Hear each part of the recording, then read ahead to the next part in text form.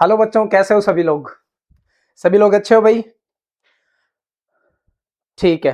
चलो, आपके एग्जाम में बेटा बहुत कम टाइम रह गया है ना, अप्रोक्स 35 डेज रह गए नीट के एग्जाम में। तो आज से हम अपनी बायोलॉजी की जो सीरीज है ये स्टार्ट कर रहे हैं। इसके अंदर हम वन शॉट के अंदर कंप्लीट चैप्टर को कवर कर लेंगे, ठीक है। जितने पीवाईक्यू हैं उनको भी कवर कर लेंगे। तो अब आपको बस इस चीज का ध्यान रखना है कि जितने भी बच्चे अभी लैग कर रहे हैं वो इस सीरीज को जो है स्टार्ट करें, ठीक है। मेरे साथ साथ सभी लोग पढ़ेंगे। एक दो क्लासेस आपकी रिकॉर्डेड आएगी, उसके बाद हम लाइव लेना स्टार्ट करेंगे, ठीक है। तो चलो स्टार्ट करते हैं। अभी हमारा सबसे पहले हम 11th कंप्लीट करेंगे, उसके बाद 12th कंप्लीट करेंगे। तो हमारा जो फोरमोस्ट सबसे पहला चैप्टर है वो है लिविंग वर्ल्ड। हालांकि इसका काफी सारा पोर्शन जो है डिलीट हो चुका है आपके सिलेबस में से। जैसे पहले आपका लिविंग वर्सेस नॉन लिविंग के बीच के डिफरेंसेस थे, उनके डिफाइनिंग कैरेक्टरिस्टिक्स थे, एंड टेक्सोनोमिकल एड्स वाला पोर्शन भी जो है डिलीट हो गया है। लेकिन हम उसको भी साथ के साथ कवर करते हुए चलेंगे, ताकि एक तो आपका पेस अच्छे से बना रहे और चैप्टर का फ्लो भी बन जाए, ठीक है। तो अगर कोई भी आपको किसी भी प्रकार की प्रॉब्लम है तो आप डाउट पूछ सकते हैं। मैं नीचे लिंक में टेलीग्राम और व्हाट्सएप दोनों का लिंक दे दूंगा, ठीक है। तो वहां से आपको नोट्स भी मिल जाएंगे और जितने भी आपका क्वेश्चन बैंक है वो भी आप वहां से एक्सेस कर पाओगे, ठीक है भाई। तो चलो स्टार्ट करते हैं हमारा chapter the living world. The living world, देखो, जब भी लिविंग वर्ल्ड की बात आती है तो हमारे पास ना दो क्वेश्चन आते हैं। सबसे पहली बात तो कि हम किसको बोलेंगे लिविंग है और किसको बोलेंगे कि ये नॉन लिविंग है। अब अपने को लिविंग नॉन लिविंग जानने से पहले ये भी पता होना चाहिए कि हम जो लिविंग के बारे में बात कर रहे हैं, हम जो लाइफ के बारे में बात कर रहे हैं, असल में वहां पे दो क्वेश्चन बनते हैं। क्या? पहला क्वेश्चन ये है कि लाइफ जरूरी क्यों है, ठीक है। ऐसी क्या जरूरत है नेचर के अंदर कि लाइफ जरूरी है। अगर हम दूसरे प्लैनेट्स देखते हैं, मार्स है, जुपिटर है, काफी सारे और भी प्लैनेट्स हैं, तो वहां पे तो लाइफ नहीं है, तो अर्थ पे लाइफ है। तो सबसे पहला क्वेश्चन ये है कि लाइफ की इंपॉर्टेंस क्या है। देखो, ये एक फिलोसॉफिकल क्वेश्चन है, सबके अपने अपने आंसर हो सकते हैं इस क्वेश्चन के लिए। लेकिन अगर हम बात करें सेकंड क्वेश्चन की कि what is actually life, life असल में है क्या, तो देखो, लाइफ को हम सिर्फ एक लाइन में डिफाइन नहीं कर सकते। लाइफ को डिफाइन करने के, लिविंग थिंग को डिफाइन करने के लिए काफी सारे अलग अलग फीचर्स को हम कलेक्ट करते हैं, तब जाके हम बोलते हैं कि this is living and this is non living. तो सबसे पहले बेटा हम बात करते हैं लिविंग और नॉन लिविंग के फीचर्स की, कि क्या फीचर्स होते हैं लिविंग में और नॉन लिविंग में। तो देखो, जब मैं बात करता हूं, सबसे पहला feature growth.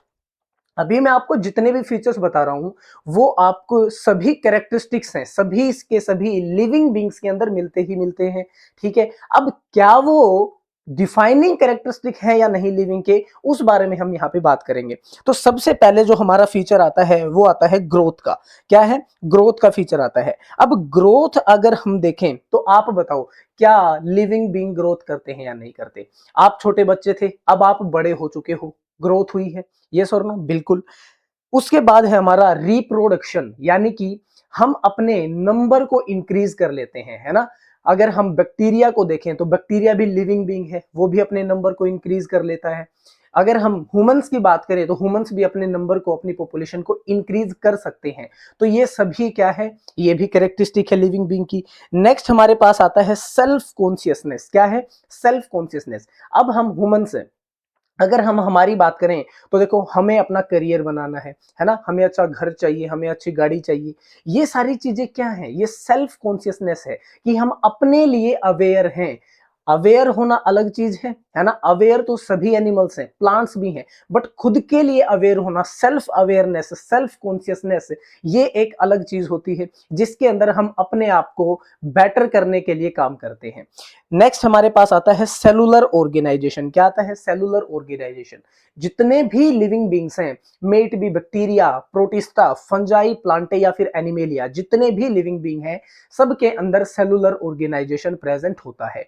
Less than a thing that is cell. अगर कोई भी चीज सेल से कम है, मतलब देखो, सेल के लिए क्या क्या चाहिए अपने को? सेल मेम्ब्रेन होनी चाहिए, साइटोप्लाज्म होना चाहिए, है ना। अगर ये चीजें नहीं है, अगर उससे कोई भी कम है, तो उसको हम सेल नहीं बोल सकते। जैसे कि वायरस है, वायरस क्या है? कि न्यूक्लियो प्रोटीन है, उसके अंदर न्यूक्लिक एसिड भी होता है और प्रोटीन भी होता है, लेकिन उसको हम कभी भी लिविंग बींग कंसिडर नहीं करते हैं।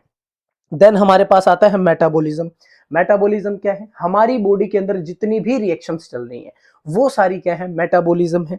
कॉन्शियसनेस, अभी हमने बात की थी अवेयरनेस की। प्लांट्स भी सनलाइट को रिस्पॉन्ड करते हैं, आपने फोटोट्रोपिज्म सुना होगा, है ना। देन हमारे पास आता है होम्योस्टेसिस। होम्यो का मतलब क्या होता है? होम्यो का मतलब होता है इंटरनल कंडीशंस, और स्टेटिस का मतलब होता है उनको बैलेंस करना, कि हम इंटरनल कंडीशंस जो हमारी हैं उनको मेंटेन करके रखें, उनको कांस्टेंट रखें, स्टैटिक रखें, दैट इज होम्योस्टेसिस। नेक्स्ट आता है अडाप्टेशन। भाई आपने देखा है ओवर द टाइम जितने भी लिविंग बीइंग हैं अपने आप को क्या करते हैं? अडाप्ट करते रहते हैं, है ना। जैसे जैसे एनवायरनमेंट चेंज होता है अडाप्टेशन बढ़ती रहती है। जैसे मैं एग्जांपल लेता हूं यहाँ पे कैक्टस का। अगर मैं कैक्टस का एग्जांपल लूं तो आपने देखा है कि कैक्टस के अंदर क्या होता है? कांटे होते हैं, है ना। उसकी जो लीव्स हैं वो काफी थिक हो जाती हैं। क्यों होती है? ताकि वो वाटर को अच्छे से स्टोर कर सके। उसके अलावा उनके अंदर और भी काफी सारी फिजियोलॉजिकल एडवांटेजमेंट होती हैं, जैसे कि कैम प्लांट्स, क्रेसुलेशन एसिड मेटाबॉलिज्म, उनके अंदर एक फोटोसिंथेसिस का स्पेशल मैकेनिज्म डेवलप हो गया है, जिसकी वजह से वो कम वाटर को बिना लॉस किए फोटोसिंथेसिस कर सकते हैं। ठीक है, इसको हम डिटेल में फोटोसिंथेसिस में स्टडी करेंगे। देन हमारे पास आता है इवोल्यूशन। जैसे जैसे ऑर्गेनिज्म अडाप्ट करेगा वैसे वैसे वो इवोल्व होता रहेगा। तो ये सारी कैरेक्टरिस्टिक जो है ये किसकी है? ये सारी कैरेक्टरिस्टिक्स किसकी है भाई? ये सारी कैरेक्टरिस्टिक्स हैं लिविंग बीइंग की। अब इनमें से कौन सी ऐसी कैरेक्टरिस्टिक हैं जो सिर्फ और सिर्फ लिविंग बीइंग में मिलती हैं? वही होती हैं defining characteristics of living being. तो देखो, जो हमारी growth, reproduction and self consciousness है, they these are not defining features. ये क्या है? ये डिफाइनिंग फीचर्स नहीं है। क्यों नहीं है? अभी इसके बारे में बात करेंगे। देन हमारे पास जितने भी फीचर्स बचे हैं वो सारे क्या हैं? Defining features. Defining features of living being. मेरी बात समझ में आई? यस और नो? तो चलो सबके बारे में एक एक करके हम बात करते हैं। सबसे पहले हमारे पास आता है ग्रोथ। देखो, हम कब बोलेंगे कि किसी भी चीज की ग्रोथ हुई है? तो यहाँ पे ट्विन कैरेक्टरिस्टिक्स ऑफ ग्रोथ होते हैं। कौन सा? एक होता है इंक्रीज इन मास एंड दूसरा होता है इंक्रीज इन नंबर। मान लो यहां पे एक हमारे पास कोई सेल है, ठीक है, इसने अपने एटमॉस्फेयर से न्यूट्रिशन डिराइव किया और यहां पे अपने मास को इंक्रीज कर लिया, तो ये भी ग्रोथ है। दूसरा, अगर इस सेल ने अपने नंबर को इंक्रीज कर लिया, मतलब यहां पे एक सेल से दो सेल या दो सेल से चार सेल बन जाती हैं, तो ये भी क्या है? ग्रोथ का ही कैरेक्टरिस्टिक्स है। ठीक है, अब ग्रोथ इंटरनल भी हो सकती है, एक्सटर्नल भी हो सकती है। इंटरनल ग्रोथ कब होगी? जब हमारे अंदर जितने भी सेल्स हैं उनका मास बढ़ेगा, सेल डिवीजन होगा, है ना, सेल का नंबर बढ़ेगा, तब हम जाके बोलेंगे कि ग्रोथ इंटरनली हुई है। क्या बोलेंगे? ग्रोथ इंटरनली हुई है। कैसे होगी growth internally? Due to cell division and cell enlargement. ठीक है, cell division and cell enlargement. और ग्रोथ एक्सटर्नल भी हो सकती है। कैसे? जैसे आपने देखा है कि पहाड़ों के ऊपर जब बर्फ पड़ जाती है तो उनका साइज बढ़ जाता है ना। यस और नो? बताओ भाई। बड़े बड़े जो रेगिस्तान होते हैं वहां पे हवा चलती है तो रेत जो है, सैंड, एक जगह से उठ के दूसरी जगह पे जाके इकट्ठी हो जाती है। तो ये सारी चीजें क्या है? ये एक्सटर्नल ग्रोथ है। एक्सटर्नल ग्रोथ का एक और वर्ड भी होता है जिसको हम कहते हैं एक्रीशन। एक्रीशन। एक्रीशन क्या है? किसी भी चीज के साइज का इंक्रीज होना, हो जाना, वह when something is accumulated on its surface. जब सरफेस पे कोई चीज आ जाए तो इसको हम बोलते हैं एक्सटर्नल ग्रोथ। अब अगर मैं लिविंग बींग्स की बात करूं, देखो हमारी बात करूं, तो हमारी ग्रोथ कैसे होती है? क्या हमारे सरफेस पे कोई चीज एक्यूमुलेट होती है? नहीं। हमारी ग्रोथ कैसे होती है? हम अंदर से, हमारी सभी सेल्स डिवाइड करती हैं, सेल्स एनलार्ज होती हैं बेटा, तब जाके हम कहते हैं कि हमारी ग्रोथ हुई है। इसका मतलब लिविंग बींग्स के अंदर जो ग्रोथ है वो कैसी है? इंटरनल ग्रोथ है। बात समझ में आई? इंटरनल ग्रोथ है। और नॉन लिविंग्स जैसे कि माउंटेन्स हैं, है ना, सैंड मोल्ड्स हैं, उनकी ग्रोथ कैसी है? एक्सटर्नल ग्रोथ होती है। क्लियर है? That's why living grows internally and non living also grow but externally. Clear है? बोलो भाई।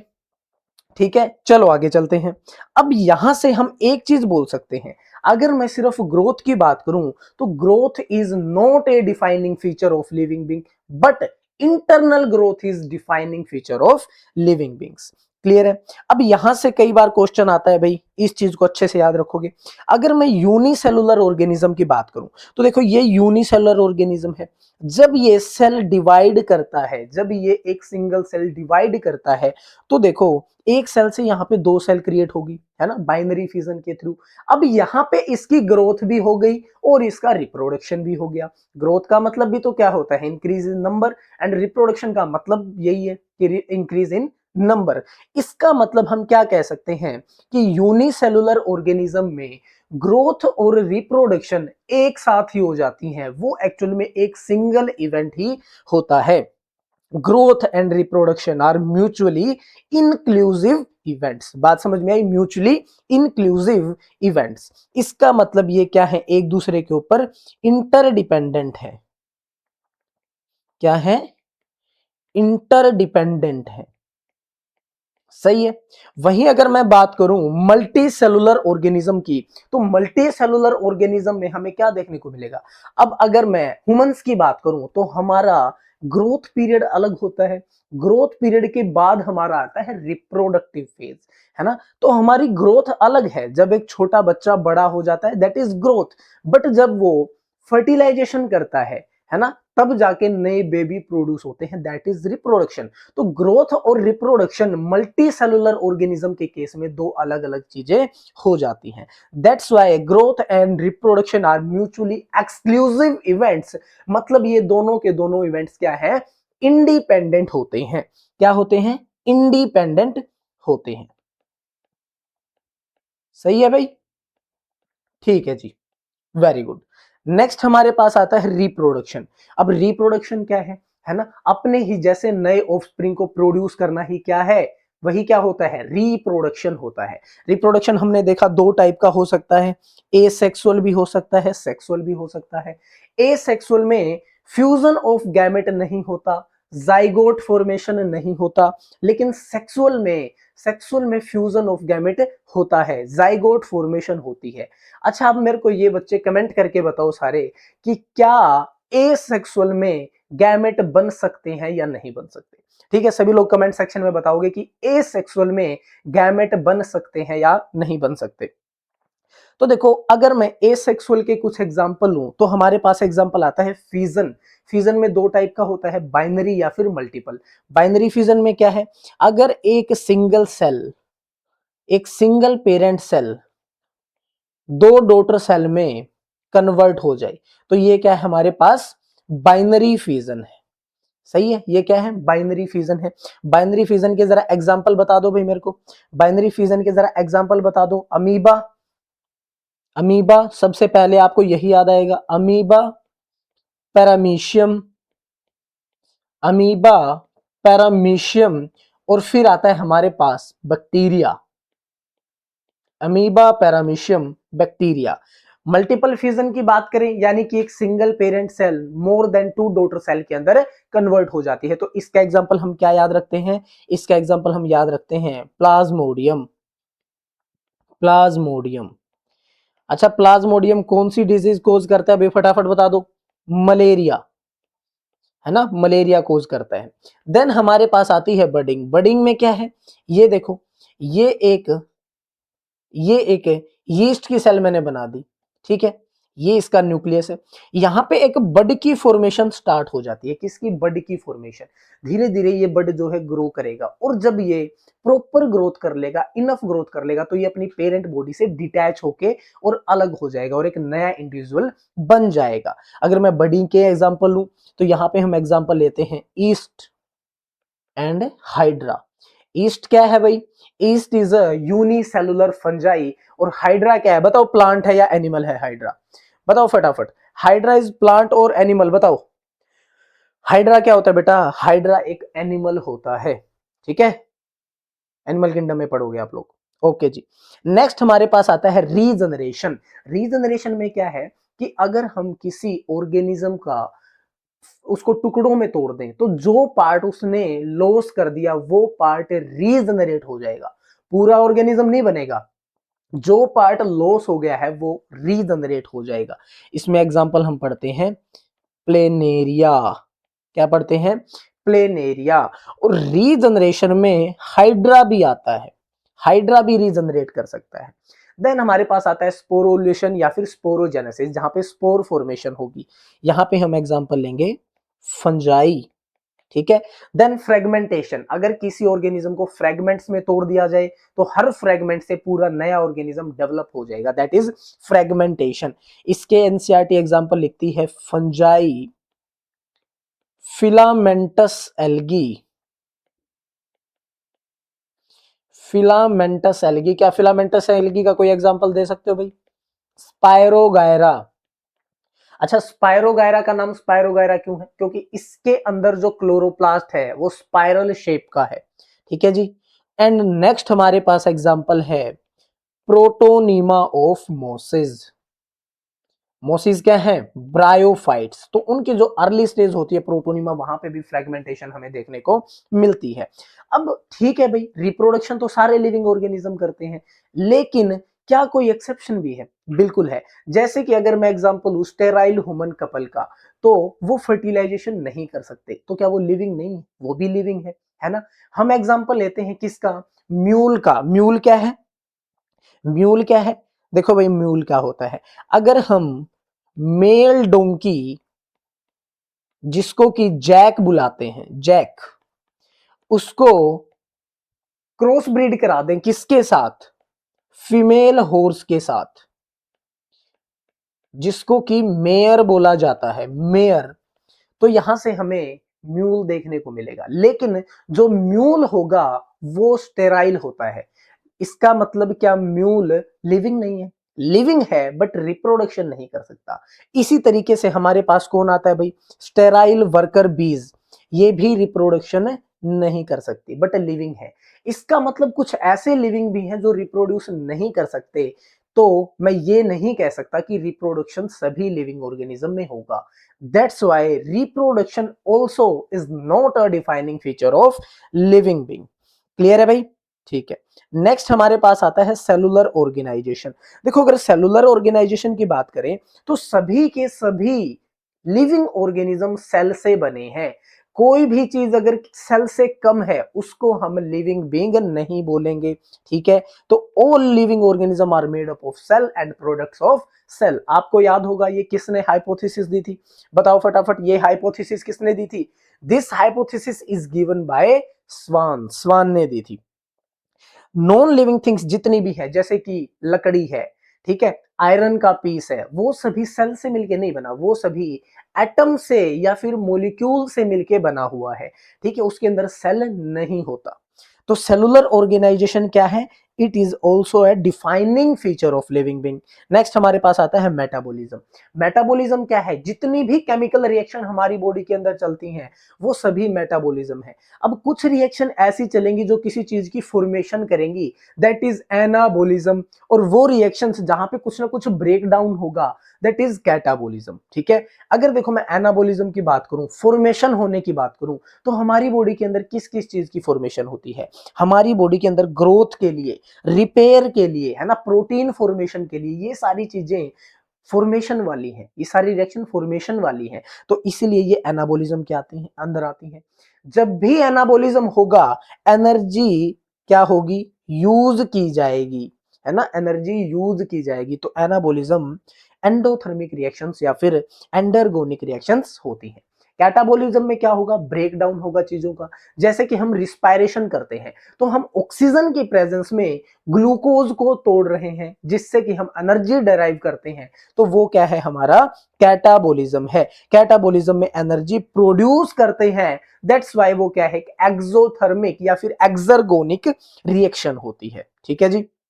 अब यहां पे क्वेश्चन आता है कि अगर हम मेटाबॉलिज्म को लें, तो देखो मेटाबॉलिज्म मेरी बॉडी के अंदर चल रहा है, सारी रिएक्शंस चल रही हैं, बहुत सारी, बिल्कुल सही है। क्या किसी नॉन लिविंग थिंग में ऐसी रिएक्शन चलती हैं? बोलो सर, नहीं चलती। लेकिन हम केमिकल रिएक्शन जो मेरी बॉडी के अंदर चलती है उसको किसी टेस्ट ट्यूब में जरूर करा सकते हैं। इन विट्रो में जरूर करा सकते हैं। तो क्या हम उस रिएक्शन वाली टेस्ट ट्यूब को लिविंग ऑर्गेनिज्म बोलना शुरू कर देंगे? नहीं, ऐसा नहीं होता। वो रिएक्शन भले ही लिविंग ऑर्गेनिज्म की है, इसीलिए हम उसको लिविंग रिएक्शन कह सकते हैं, लेकिन वो लिविंग ऑर्गेनिज्म नहीं कहलाएगी। इसीलिए मेटाबॉलिज्म जो है वो लिविंग बींग्स का एक डिफाइनिंग फीचर भी होता है। ठीक है, नेक्स्ट हमारे पास आता है कॉन्शियसनेस। अब कॉन्शियसनेस क्या है? मेरे आसपास जो एनवायरनमेंट है, मैं पहले तो उसको सेंस करूंगा, ठीक है, देन मैं क्या करूंगा, उसके अगेंस्ट रिस्पोंड करूंगा, है ना, जो स्टिमुलस मुझे मिलेगा उसके अगेंस्ट रिस्पोंड करूंगा। यही कॉन्शियसनेस होती है। क्या होती है? कॉन्शियसनेस होती है। जैसे ही मान लो आप अंधेरे रूम में बैठे हो, एकदम से किसी ने लाइट जलाई, तो आपने क्या किया? आपकी आंखों ने उस चीज के ऊपर रिएक्ट किया। ये सुन, आपका प्यूपल क्या हो जाता है बताओ भाई? श्रिंक हो जाता है, ताकि कम लाइट एंटर करे। तो पहले आपकी बॉडी ने उसको सेंस किया, देन आपने रिस्पोंड किया। अब वो जो स्टिमुलस आपको मिला, वो कैसा हो सकता है? वो फिजिकल स्टिमुलस भी हो सकता है, केमिकल स्टिमुलस भी हो सकता है ना। केमिकल जैसे कि मान लो आपकी टंग के ऊपर कोई नींबू निचोड़ दे, है ना, तो आप क्या करते हो? आप इस टाइप का रिएक्शन देते हो। वो भी क्या होता है? वो भी आपका कॉन्शियसनेस का ही पार्ट है। क्लियर है? तो जो रिस्पॉन्ड टू स्टिमुलस है, तो स्टिमुलाई हमारे पास क्या क्या हो सकता है? It can be physical, physical हो सकता है, केमिकल हो सकता है, and stimulus can also be biological. तो ये सारे स्टिमुलस आपको मिल सकते हैं। जैसे एग्जांपल लेते हैं, हमारा एग्जांपल है प्लांट्स जो हैं वो किस चीज चीज को रिस्पोंड करते हैं? लाइट को फोटोट्रोपिज्म, वाटर को हाइड्रोट्रोपिज्म, टेम्परेचर को केमिकल्स को क्या बोलते हैं? कीमोट्रोपिज्म, पोल्यूटेंट्स और दूसरे ऑर्गेनिज्म के साथ भी प्लांट रिस्पोंड करते हैं। अब अदर ऑर्गेनिजम्स का क्या मतलब है? जैसे भाई प्लांट्स हैं, है ना, वो अपने आप में क्या सिम्बायोसिस शो करते हैं, जैसे कि लाइकेन है, लाइकेन में एल्गी है। दूसरा अगर हम बात करें माइकोरिजा, माइकोरिजा भी क्या है? वो भी एक सिम्बायोटिक एसोसिएशन है। तो प्लांट्स जो हैं वो अपने एनवायरनमेंट के साथ क्या करते हैं? रिस्पोंड करते हैं, उनको सेंस करते हैं। तो ये सारा क्या है? कॉन्शियसनेस है। ठीक है, ये हमारे पास आती हैं सारी की सारी ट्रोपिक मूवमेंट्स। ये आती हैं आपकी ट्रोपिक मूवमेंट्स। नेक्स्ट हमारे पास एग्जांपल है फोटो पीरियड का। फोटो का मतलब क्या होता है भाई? फोटो का मतलब होता है लाइट, ठीक है, एंड पीरियड का मतलब होता है ड्यूरेशन। पीरियड का मतलब क्या है? Duration.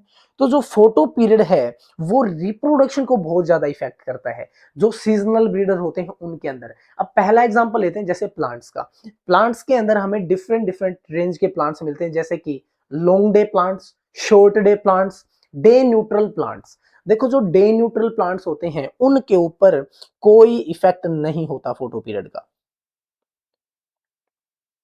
No effect of photoperiod, no effect of photoperiod. लेकिन अगर मैं लॉन्ग डे प्लांट्स की बात करूं, तो देखो एक क्रिटिकल पीरियड होता है। क्रिटिकल पीरियड क्या है? कि कम से कम उतना लाइट का ड्यूरेशन मिलना चाहिए ताकि एक प्लांट फ्लावरिंग कर सके। अगर उस क्रिटिकल पीरियड से ज्यादा लाइट में प्लांट फ्लावरिंग करता है, वो कहलाते हैं आपके लॉन्ग डे प्लांट्स। और अगर उनको क्रिटिकल पीरियड से लाइट कम चाहिए, वो कहलाते हैं शॉर्ट डे प्लांट्स। बात समझ में आई? तो फोटो पीरियड अगर फ्लावरिंग होगी तभी तो रिप्रोडक्शन पॉसिबल होगा ना, है ना। और ये किसकी वजह से हो रहा है? फोटो पीरियड की वजह से हो रहा है। दूसरी मैं बात करता हूं एनिमल्स की। तो देखो एनिमल्स में बड़ा ही अच्छा मैकेनिज्म है। जैसे कि अगर बेटा आपको पता लाइट ज्यादा हुई तो हमारी पीनियल ग्लैंड बड़ी एक्टिवेट होती है ना। हमारी लाइट को कौन सेंस करता है? आईज सेंस करती हैं और ब्रेन सेंस करता है। ठीक है, जैसे ही लाइट आई, हमारी आईज और ब्रेन ने पीनियल ग्लैंड को सिग्नल दिया और उसी हिसाब से पीनियल ग्लैंड रिलीज करती है मेलाटोनिन। ठीक है, केमिकल कंट्रोल एंड कोऑर्डिनेशन में पढ़ोगे इस चीज को। मेलाटोनिन रिलीज करती है। अगर लाइट ज्यादा तो मेलाटोनिन कम। ठीक है, अब ये जो मेलाटोनिन है ये किसको स्टिमुलेट करता है? ये स्टिमुलेट करता है हाइपोथैलेमस को। एक सेकंड रुको भाई।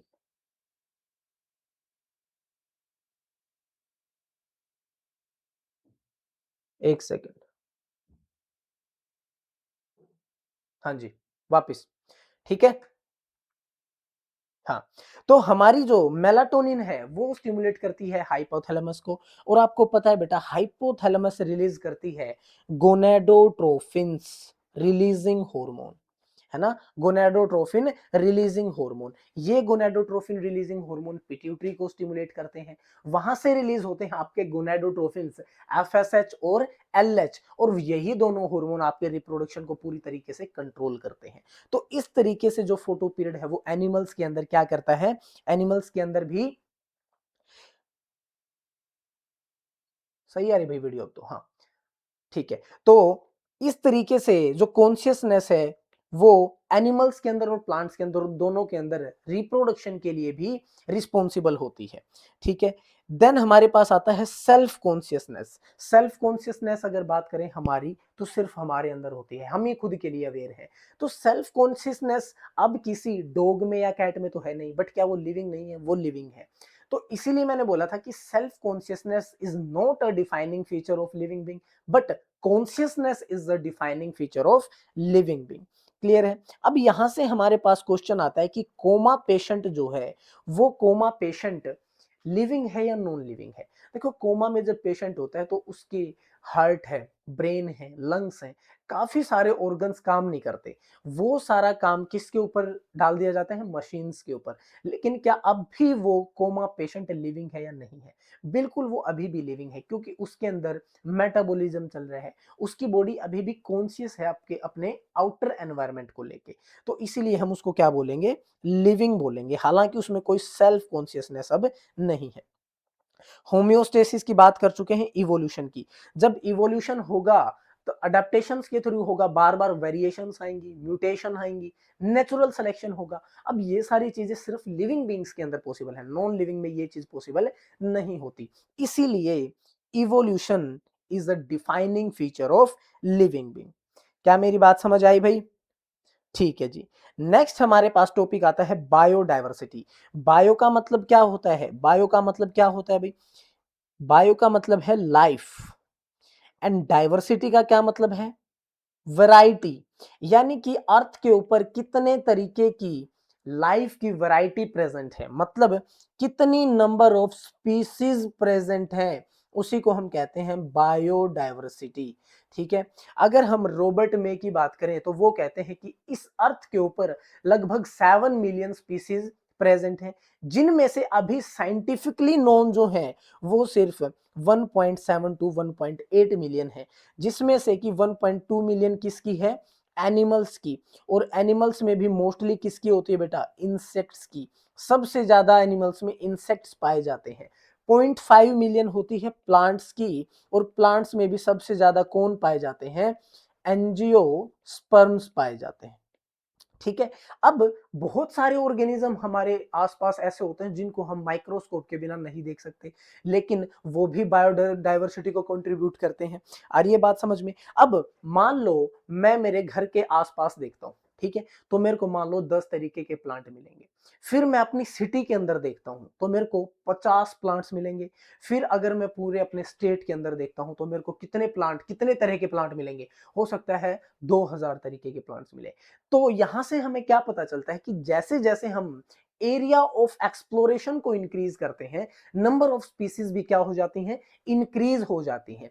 अच्छा एक बात और बताओ मेरे को, क्या हम जो पुराना एरिया, मान लो मैंने मेरे घर के आसपास अगर मैं बात करूं, अगर मैंने वहां पे इनिशियल रिसर्च जो मेरी की थी वहां पे मेरे को 10 स्पीसीज मिली, तो अगर मैं दोबारा रिसर्च करूं तो क्या मेरे को ज्यादा स्पीसीज मिल सकती है, बिल्कुल मिल सकती है।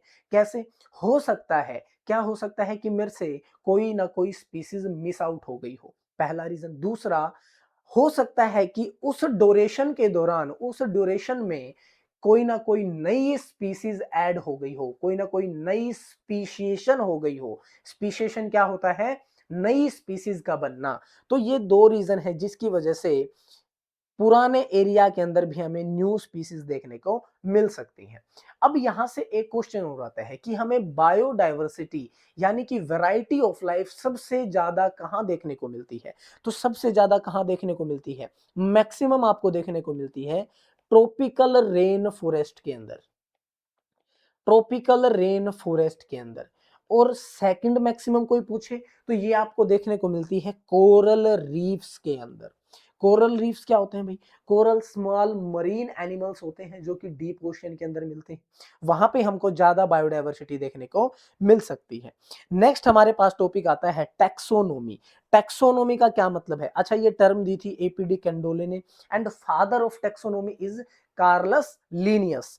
अब टैक्सोनॉमी के अंदर हम जितने भी ऑर्गेनिजम्स हैं उनको क्लासिफाई करने के प्रोसीजर्स को स्टडी करते हैं कि हमें किस तरीके से क्लासिफाई करना है। भाई मेरे को कोई नई स्पीसीज मिल गई तो अब मैं उसको कहाँ डालूंगा, एनिमल में डालूंगा, प्लांट में डालूंगा, फंजाई में डालूंगा। तो ये चीजें मेरे को कौन बताती है, टैक्सोनॉमी बताती है, principles and procedures of classification. अब टैक्सोनॉमी जो है हम सबसे पहले करते थे बेस्ड ऑन मोर्फोलॉजी। जो हम क्लासिकल टैक्सोनॉमी है वो किसके बेसिस पे करते थे, मोर्फोलॉजी के बेसिस पे। अब मॉडर्न टैक्सोनॉमी आ गई है तो मॉडर्न टैक्सोनॉमी पे हम सिर्फ और सिर्फ एक्सटर्नल कैरेक्टर्स पे डिपेंड नहीं रहते। मॉडर्न टैक्सोनॉमी के क्या क्या बेसिस हैं, यहां से इसको याद कर सकते हो आप, A B C D and E. A का मतलब क्या है, एनाटोमी यानी कि इंटरनल स्ट्रक्चर की स्टडी करना। बी से बाहर मतलब बाहर का स्ट्रक्चर, मोर्फोलॉजी, एक्सटर्नल स्ट्रक्चर को स्टडी करना। सी से सेलुलर स्ट्रक्चर, हम उसके सेल्स के अंदर देखते हैं भाई वो प्रोकैरियोटिक है, यूकैरियोटिक है, उसके सेल के अंदर कौन कौन से केमिकल्स हैं, किस तरीके से काम करते हैं, सेल वॉल है या नहीं है ना, किसकी बनी हुई है, तो उस बेसिस पे। देन डी से डेवलपमेंटल प्रोसेस, डेवलपमेंटल प्रोसेस में क्या हम बता सकते हैं भाई किसकी डेवलपमेंट डायरेक्ट है, किसकी इनडायरेक्ट है, कौन लार्वर स्टेज से होकर गुजरता है, कौन प्रोटोस्टोम है, कौन ड्यूट्रोस्टोम है, ये सारी चीजें डेवलपमेंट प्रोसेस है। एंड नेक्स्ट है हमारे पास इकोलॉजिकल इंफॉर्मेशन, कि इकोलॉजी के अंदर उस नई स्पीसीज का क्या रोल है, वो प्रोड्यूसर है, डीकंपोजर है, ठीक है, या फिर वो सेकंड कंज्यूमर है, क्या है, इस बेसिस पे हम, यानी कि इसके अंदर हम सारी स्टडी कर लेते हैं, हमारे पास कोई कुछ भी नहीं बचता। अब अगर स्टेप्स ऑफ टैक्सोनॉमी देखें, सबसे पहले मान लो हमें कोई नई स्पीसीज मिलती है, उस स्पीसीज के अंदर देखूंगा मैं कौन कौन से कैरेक्टर्स हैं, है ना। अगर मान लो मेरे को कोई मैमल दिखा तो मैमल में क्या क्या कैरेक्टर मिलेंगे भाई, उसकी मेमोरी ग्लैंड्स होंगी, है ना, body is covered with hairs, external years होंगे, तो ये कुछ फीचर्स हैं जो मैमल्स के अंदर होंगे। सबसे पहले मैं उसको करेक्टराइजेशन करूंगा, देन मैं आइडेंटिफाई करूंगा कि ये कहां से बिलोंग करता है, ये किसके करीब का मेंबर है, देन हम उसको क्लासिफाई करेंगे और फिर उसको दिया जाएगा एक नाम जिसको हम कहते हैं नोमेनक्लेचर। क्या कहते हैं, नोमेनक्लेचर। क्लियर बात है, ठीक है। अब टैक्सोनॉमी जो है वो अलग अलग तरीके की हो सकती है, हालांकि आपके प्लांट किंगडम में दी गई है लेकिन मैंने यहीं पढ़ा दी क्योंकि ये यहाँ का पार्ट भी है और वहां का भी है। टैक्सोनॉमी में हमारे पास न्यूमरल टैक्सोनॉमी है, साइटो टैक्सोनॉमी है, कीमो टैक्सोनॉमी है। न्यूमरल टैक्सोनॉमी क्या है, हम मान लो कोई ऑर्गेनिज्म हमें मिला, ठीक है, हमारे पास एक लिस्ट होती है कैरेक्टर्स की, काफी बड़ी लिस्ट होती है, हर कैरेक्टर को एक नंबर या एक कोड दिया जाता है। हम उस स्पीसीज के जितने भी कैरेक्टर्स हैं उनको कंप्यूटर के थ्रू एनालिसिस करते हैं, ठीक है, वहां से हमें क्या मिलता है, एक डाटा मिल जाता है कि ये ऑर्गेनिज्म कहां को बिलोंग करता है, उसको आइडेंटिफाई कर लिया जाता है एंड देन क्लासिफाई कर लिया जाता है। इसी को हम कहते हैं न्यूमरल टैक्सोनॉमी, इसको फेनेटिक क्लासिफिकेशन या फिर एडेंसियन क्लासिफिकेशन भी कहा जाता है, ठीक है। अच्छा यहाँ पे एक चीज याद रखने लायक है, जितने भी कैरेक्टर्स हैं, may it be anatomical, morphological, vegetative, reproductive, सभी के सभी को क्या किया जाता है, इक्वल वेटेज दी जाती है। क्लियर है। नेक्स्ट हमारे पास साइटोटैक्सोनॉमी। साइटोटैक्सोनॉमी मतलब साइटो का मतलब सेल, यानी कि यहाँ पे हम सेल के स्ट्रक्चर की स्टडी करते हैं, सेल स्ट्रक्चर, सेल की इंफॉर्मेशन, जैसे कि उसके अंदर क्रोमोसोम कितने हैं, क्रोमोसोम का नंबर, क्रोमोसोम का स्ट्रक्चर कैसा है, भाई टीलोमियर है, सेंट्रोमेरिक है, बहुत सारे होते हैं ना। देन हमारे पास आता है बिहेवियर कैसा है क्रोमोसोम का, तो ये सारी चीजें हम किसके अंडर में स्टडी करते हैं, साइटोटैक्सोनॉमी। देन हमारे पास आती है कीमोटैक्सोनॉमी। हम यहाँ पे प्लांट्स का क्लासिफिकेशन करते हैं basically on the basis of chemicals present in plant cells. अब प्लांट के जो सेल्स हैं वो काफी सारे केमिकल्स को रिलीज करते हैं भाई, जैसे कि एल्कालॉइड्स है, ठीक है, उनके अंदर हमें कैरोटीनोइड्स देखने को मिलते हैं, उनके अंदर हमें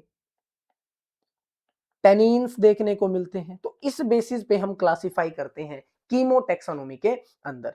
बात आई समझ में। सबसे पहले आइडेंटिफिकेशन, अभी हमने पढ़ लिया कैरेक्टराइजेशन कैसे होता है, इन सभी स्टेप्स को पढ़ने वाले हैं हम जो हमने यहाँ पे बताए, ये चारों स्टेप्स को। तो कैरेक्टराइजेशन हमने अभी पढ़ लिया। देन हमारे पास कौन आता है, आइडेंटिफिकेशन। देखो अगर हमें किसी भी ऑर्गेनिज्म को क्लासिफाई करना है तो सबसे पहले उसको आइडेंटिफिकेशन जरूरी है, और आइडेंटिफाई हम तभी कर पाएंगे जब हम उस ऑर्गेनिज्म को करेक्टली डिस्क्राइब करेंगे कि ऑर्गेनिज्म किस किस कैरेक्टर का है, ठीक है, कौन कौन से कैरेक्टर इसके अंदर प्रेजेंट है। जैसे ही हमने आइडेंटिफिकेशन किया हम उसको क्लासिफाई करके उसका नोमेनक्लेचर करेंगे। अब नोमेनक्लेचर जो है वो दो टाइप का है, वर्नाकुलर एंड साइंटिफिक। वर्नाकुलर में क्या है, हम भाई लोकल नेम से जानते हैं उसको, ठीक है, लोकल नेम। अब लैंग्वेज टू लैंग्वेज वो चेंज हो सकता है, एक कंट्री के अंदर ही कई जगह पे अलग अलग नाम से किसी एक स्पीसीज को जाना जा सकता है। अब आपने एग्जांपल अगर मैं लूं, कैलोट्रोपिस। कैलोट्रोपिस क्या होता है भाई, कहीं आपने आक सुना है, कहीं लोग उसको आक का पेड़ बोलते हैं, कहीं उसको आकड़ा बोलते हैं। तो ये क्या है, ये सारे लोकल नेम्स हैं, बट उसका नोमेनक्लेचर जब हम करेंगे तो हम उसको एक सिंगल साइंटिफिक बायोलॉजिकल नेम देंगे जो कि यूनिवर्सली एक्सेप्टेड होगा, ताकि अगर वो स्पीसीज कहीं भी पाई जाती है तो हम उसको इजीली आइडेंटिफाई कर सकें। बात समझ आ रही है भाई, ठीक है। तो scientific classification is universally accepted, इसका एक एग्जांपल है जैसे कि बायनोमियल नोमेनक्लेचर। नोमेनक्लेचर को देने के लिए काफी सारे स्टैंडर्ड्स एंड प्रोसीजर्स बनाए गए हैं और उनको डिफरेंट डिफरेंट ग्रुप्स के अंदर रखा गया है, जैसे कि ICBN, international code for botanical nomenclature, ICZN, international code of zoological nomenclature. NCERT ने यहाँ पे 4 यूज किया है, यहाँ पे ऑफ यूज किया है, तो हम भी वही करेंगे, बाकी इससे कोई फर्क नहीं पड़ेगा। Next, ICNB, international code for nomenclature of bacteria, ICVN, international code for viral nomenclature, and ICNCP, international code for nomenclature for cultivated plants, जो हम प्लांट्स को कल्टीवेट करते हैं उनके बारे में। अब बायनोमियल नोमेनक्लेचर किसने दिया था, कैरोलस लिनियस ने दिया था। इन्होंने 3 बुक्स लिखी थी जिनके अंदर मेजरली बायनोमियल नोमेनक्लेचर को बताया गया था। कौन कौन सा, सबसे पहला है फिलोसोफिया बोटेनिका। इसके अंदर प्रिंसिपल एंड प्रोसीजर बताए गए थे, किसके, बायनोमियल नोमेनक्लेचर के। फिर आया स्पीसीज प्लांटेरम, याद रखना प्लांटेरम मतलब प्लांट। यहां सबसे पहले प्लांट्स के लिए बायनोमियल नोमेनक्लेचर को वैलिड किया गया, ठीक है, सबसे पहले यहां से शुरुआत हुई थी 1753 से। देन आती है सिस्टमा नेचरा 10th एडिशन, ये आई थिंक इसका फर्स्ट एडिशन 1735 में आया था, बट इसका जब 10th एडिशन आया 1758 में, तब से एनिमल्स के लिए भी बायनोमियल नोमेनक्लेचर जो है वो वैलिड हो गया था। आ रही है भाई बात समझ में, ठीक है। अब रूल्स क्या है बायनोमियल नोमेनक्लेचर के, बाई का मतलब क्या होता है बेटा, टू नेम्स, नोमियल का मतलब नेम्स। यहाँ पे हम 2 नेम्स देंगे किसी भी एक स्पीसीज को, किसी भी एक ऑर्गेनिज्म को। जो पहला नाम होगा वो होगा जीनस का और उसको कैपिटल लेटर से स्टार्ट किया जाएगा, और जो सेकंड नेम होगा वो होगा स्पीसीज का, उसको स्मॉल लेटर से डिनोट किया जाएगा। जब भी हम, अच्छा, ये जो नाम हम लेंगे ये कहां से लेंगे, नाम हम हमेशा एक डेड लैंग्वेज से लेंगे। डेड लैंग्वेज का मतलब क्या होता है, जो लैंग्वेज अब ज्यादा प्रचलन में नहीं है, ज्यादा यूज नहीं की जाती, ठीक है, वो लैंग्वेज कौन सी हमारे पास, लैटिन है। तो जितने भी नाम है बायनोमियल नोमेनक्लेचर में वो सारे लैटिनाइज्ड होते हैं। सबसे पहली बात, अगर हम उसको कंप्यूटर पे टाइप करके लिखते हैं तो उसको इटैलिक्स में लिखा जाएगा। इटैलिक्स क्या होता है बेटा, italics is a type of font, है ना। लेटर्स को लिखने के अलग अलग टाइप्स हो सकते हैं, तो ये उनमें से एक टाइप है जिसको फॉन्ट बोलते हैं। यहाँ पे अक्षर को थोड़ा टेढ़ा लिखा जाता है। नेक्स्ट हमारे पास अगर हम उसको हैंड रिटन लिखते हैं तो हम उसको हमेशा अंडरलाइन करेंगे और सेपरेटली अंडरलाइन करेंगे। जीनस के नीचे एक लाइन एंड स्पीसीज वाले नाम के नीचे एक लाइन होगी। कई बार हम इसके साथ इसके ऑथर के नेम को भी लिख देते हैं, लेकिन ऑथर का नाम पहली बात हमेशा नहीं लिखा जाता। दूसरी बात, जब भी लिखा जाएगा एब्रीवेटेड फॉर्म में होगा, यानी कि शॉर्ट फॉर्म में होगा। This Lin is denoted as Linnaeus, और ये हमेशा रोमन में लिखा जाएगा। ना टाइपिंग के टाइम इसको इटैलिक्स में कन्वर्ट किया जाएगा, ना इसको अंडरलाइन किया जाता है। So these are the rules for binomial nomenclature. अब यहाँ पे एक वर्ड आता है टोटोनिम। टोटोनिम क्या है? कई बार ऐसा होता है जीनस और स्पीसीज का नेम सेम हो जाता है, ठीक है। ये चीज हमेशा आईसीजेडएन के लिए एप्लीकेबल है। कभी भी आईसीबीएन यानी कि प्लांट्स के अंदर स्पीसीज और जीनस का नेम सेम नहीं होगा। जैसे कि एग्जांपल है इसका नाजा नाजा, ये इंडियन कोबरा के लिए है। इसका एक एग्जांपल और भी है, रेटस रेटस, ये रैट के लिए है, ठीक है। तो ये इसका एक एग्जांपल है। फिर ट्राइनोमियल सिस्टम भी आया था, हग्सले ने दिया था। यहां पे क्या किया गया, जेनरिक नेम, स्पीसीज नेम और उसके साथ उसकी सब स्पीसीज या वैरायटी को भी ऐड कर दिया गया। अब जो सब स्पीसीज है वो वर्ड यूज होता है किसके लिए? एनिमल्स के लिए, use for animals, and variety word is used for plants. बात समझ में आ रही है? बोलो भाई, यस और नो? बिल्कुल सही है। अब देखो ट्राइनोमियल नोमेनक्लेचर के कुछ एग्जांपल हैं, जैसे कि ब्रासिका ओलिरेसिया तीनों के अंदर है ना, लेकिन इनकी जो वैरायटी है वो चेंज होगी। Botrytis is for cauliflower, capitata is for cabbage and gongylodes for the knol khol. ऐसे ही पेंथ्रा टाइग्रिस टाइग्रिस टाइगर के लिए, होमो सेपियन सेपियन ह्यूमन के लिए, एंड गोरिल्ला के लिए तो बड़ा ही मजेदार नाम है, गोरिल्ला गोरिल्ला गोरिल्ला, है ना। अब कोई 3 बार गोरिल्ला गोरिल्ला गोरिल्ला चिल्ला दे, इसका मतलब वो पागल नहीं है, इसका मतलब वो बड़ा ही साइंटिफिक आदमी है, वो ट्राइनोमियल सिस्टम नोमेनक्लेचर को यूज कर रहा है। बात समझ में आ रही है भाई? एक चीज और याद रखना, दो डिफरेंट ऑर्गेनिज्म का स्पीसीज नेम सेम हो सकता है और जीनस नेम भी सेम हो सकता है, बट दोनों एक साथ सेम कभी नहीं होंगे, क्योंकि अगर दोनों एक साथ सेम हो गए तो मतलब वो स्पीसीज एक ही है। बात समझ में आई भाई? ठीक है, यस और नो? Very good. हमने आइडेंटिफिकेशन कर लिया, हमने नोमेनक्लेचर भी कर लिया, जरा क्लासिफिकेशन देखते हैं। देखो क्लासिफिकेशन जो है वो हम कैसे करेंगे? सबसे पहले, it is a process in which organism are group into convenient categories based on observable characteristics. हम क्लासिफिकेशन में क्या करते हैं, डिफरेंट ऑर्गेनिज्म को ग्रुप कर देते हैं एक साथ, किसके बेसिस पे? उनके इजिली ऑब्जर्वेबल कैरेक्टरिस्टिक्स के बेसिस पे, कि हम उनको देख पाए कि हाँ भाई इनके अंदर कैरेक्टरिस्टिक्स, यानी कि हम मोर्फोलॉजी भी स्टडी करें तब भी हम देखेंगे कि हाँ भाई उनके कैरेक्टरिस्टिक्स क्या है, सेम है, ठीक है। क्लासिफिकेशन जरूरी क्यों है बेटा? 1.7 टू 1.8 मिलियन स्पीसीज है, सभी को एक एक करके स्टडी करना किसी के लिए भी पॉसिबल नहीं है, इसीलिए हम उनको क्लासिफाई करके ग्रुप्स के अंदर कन्वर्ट कर देते हैं, ताकि हम एक ही ग्रुप की स्टडी के थ्रू काफी सारे ऑर्गेनिजम्स को स्टडी कर पाए। अगर मैं ओल्ड टेक्सोनोमी की बात करूं, क्लासिफिकेशन की बात करूं, देखो टेक्सोनोमी हमारे लिए नई नहीं है ना, हम काफी लंबे टाइम से, काफी एंशिएंट टाइम से क्लासिफिकेशन को यूज करते हैं। हालांकि हमारा जो क्लासिफाई करने का तरीका था चीजों को, वो थोड़ा डिफरेंट था। कैसे? हम कोई भी साइंटिफिक अप्रोच को फॉलो नहीं करते थे, पहली बात। दूसरी, हम चीजों को क्लासिफाई करते थे on the based of the uses. जैसे कि हम प्लांट्स को क्लासिफाई कैसे करेंगे? जहां से हमें फूड मिलता है, राइस, व्हीट, मैंगो, है ना। फाइबर कहां से मिलता है? Cotton, jute. मेडिसिनल प्लांट, नीम, तुलसी, टर्मरिक। ऑर्नामेंटल प्लांट, रोज, लिली। टिम्बर, जहां से लकड़ी मिलती है, टीक से मिलती है, साल से मिलती है। एंड बेवरेजेस प्लांट, जैसे कि टी एंड कॉफी। तो हमने यूजेस के बेसिस पे इनको आइडेंटिफाई किया, क्लासिफाई किया, सॉरी। वहीं अगर एनिमल्स की बात करूं, तो फूड एनिमल्स जैसे कि cow, goat, fish. Dairy animals, cow, buffalo. Working animals कौन होते थे? Horse, camel, ox. Pet animals, dog, cat. Fibre animals, sheep या फिर सिल्कवॉर्म। ये सब चीजें हमने कैसे क्लासिफाई की? On the base of uses, but it is not a correct method. सबसे पहली बात तो क्या है कि यहाँ पे देखो, अगर मैं आपको टर्मरिक का एग्जांपल दूं तो टर्मरिक को मेडिसिन में भी रखा जाएगा और टर्मरिक को स्पाइसेस में भी रखा जाएगा। तो यहाँ पे काफी सारी कॉन्ट्रीवांसीज आती हैं, इसीलिए हम इस क्लासिफिकेशन को फॉलो नहीं करते। तो हमें एक नया क्या करना पड़ेगा? एक नया सिस्टम बैठाना पड़ेगा। एक नए सिस्टम के अंदर हम चीजों को क्लासिफाई करेंगे, उसे हम कहेंगे सिस्टमैटिक्स। सिस्टमैटिक्स एक लैटिन वर्ड है जो कि किससे आया है? सिस्टमा वर्ड से आया है। सिस्टमा का मतलब है सिस्टमेटिक अरेंजमेंट ऑफ ऑर्गेनिज्म।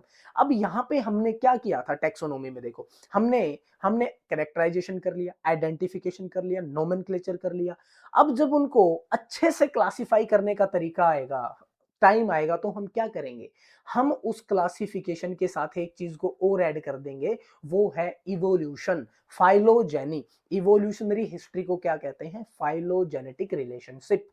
ठीक है, इसमें क्या होगा? जिन भी ऑर्गेनिजम्स का एक कॉमन एंसिस्टर रहा होगा, उनको हम एक साथ ग्रुप कर देंगे। इससे होगा क्या? काफी सारे कैरेक्टर्स उन एनिमल्स के, उन ऑर्गेनिजम्स के हमें सिमिलर ही देखने को मिलते हैं। सो इट इज द, अच्छा भाई, ये सिस्टमैटिक्स जो है described bye again Carolus Linnaeus. ठीक है, इन्होंने बुक लिखी थी, अभी हमने बताया, सिस्टमा नेचर।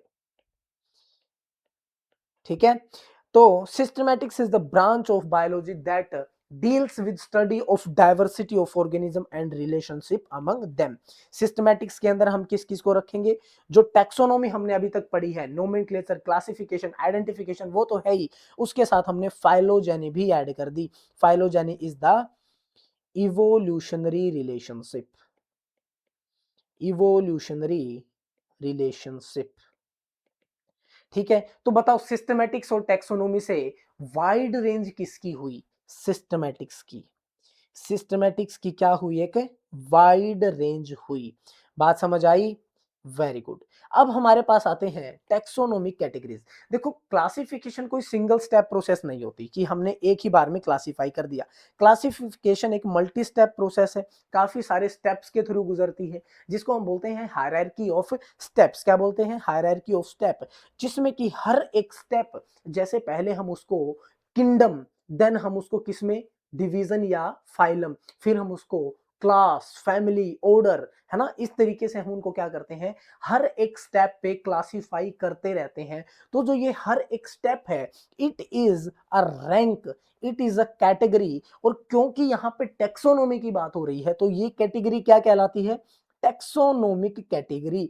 और इसको हम बोलते हैं टेक्सोन। क्या बोलते हैं? टेक्सोन बोलते हैं। तो देखो, जब भी हम टेक्सोनोमी हिरार्की बात करेंगे, तो टेक्सोनोमिकल हिरार्की, सभी ये क्या है? टेक्सोनोमिकल हिरार्की है। यहाँ पे kingdom, phylum, class, order, family, genus, species, all this is taxonomical hierarchy. और इसकी हर एक स्टेप क्या होती है? एक रैंक या एक कैटेगरी, या मैं इसको बोलूंगा एक टेक्सन होती है। क्या होती है? टेक्सन होती है। क्लियर है? अब यहां पे देखो, एक बड़ा ही स्पेशल लाइन है, taxonomic categories are real biological identities, not merely morphological aggregates. इसका मतलब यहां पे किंगडम के अंदर हम जिनको रखेंगे, क्लास के अंदर, फैमिली के अंदर, स्पीसीज के अंदर, जितने भी ऑर्गेनिज्म को हम रखेंगे, वो सिर्फ उनकी मॉर्फोलॉजी देख के नहीं रखा, हमने उनको रखा है रियल बायोलॉजिकल आइडेंटिटीज के तौर पे। मतलब उनका इवोल्यूशन, उनकी जेनेटिक्स, उनका रिप्रोडक्शन, सब कुछ हमने जब कंपेयर किया, तब जाके हमने उसको वहां पे रखा है, सिर्फ मॉर्फोलॉजी को स्टडी नहीं किया। तो ये लाइन बड़ी ही स्पेशल है ना, ये समझनी चाहिए आपको। अब कई बार इतना क्लासिफिकेशन भी इनफ नहीं होता, तो हम सब लेवल्स लेके आते हैं क्लासिफिकेशन के अंदर, जैसे कि सब family, sub division, super class, ये सारी चीजें हम लेके आते हैं। अब यहाँ पे सफिक्सेस याद रखने हैं भाई आपको कुछ, जैसे कि डिवीजन है ना, डिवीजन के पीछे वर्ड यूज होगा फाइटा। अच्छा, मैं आपको एक बात बताता हूँ भाई, एक बात बताओ, क्या एंजियोस्पर्म, एंजियोस्पर्म बोलते हैं, ये क्या एक डिवीजन नहीं है? बिल्कुल।